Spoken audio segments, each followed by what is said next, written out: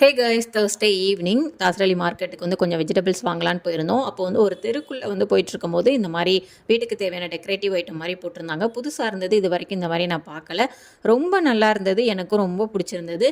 சரி, ஒரு ப்ராடக்ட் வாங்கலாம் அப்படின்னு சொல்லி சின்னதாக செலக்ட் பண்ணேன். பட் வந்து எனக்கு ரொம்ப பிடிச்சது இந்த சரஸ்வதி தான். ரொம்ப நாளாக சரஸ்வதி வாங்கணும்னு ஆசை. வீட்டில் சரஸ்வதி பிக்சர் வந்து இல்லவே இல்லை. சரின்னு ஒன்று வாங்கிட்டு வந்து சப்பாத்திலாம் பண்ணி முடிச்சுட்டு கிச்சன்லாம் க்ளீன் பண்ணிவிட்டு பாப்கார்ன் பண்ணினேன். ஏன்னா வந்து ஃப்ரைடேங்கனால ஹஸ்பண்டுக்கு ஒர்க் ஃப்ரம் ஹோம். ரொம்ப வருஷம் ஆயிடுச்சு வீட்டில் வந்து நைட்டு மூவி பார்த்து அப்படிலாம் வந்து செட் பண்ணதே. கல்யாண டைமில் வந்து சாய் பிறக்கிறதுக்கு முன்னாடிலாம் அடிக்கடி பார்ப்போம். எவ்ரி வீக்கெண்ட் வந்து ஃப்ரைடே இருக்கும் மூவி. பட் சாய் வந்ததுக்கப்புறம் அவன் அந்த மியூசிக் சவுண்டுக்கெலாம் ரொம்ப பயப்பட்டான். ஸோ இப்போ வந்து செட் ஆகிட்டான்.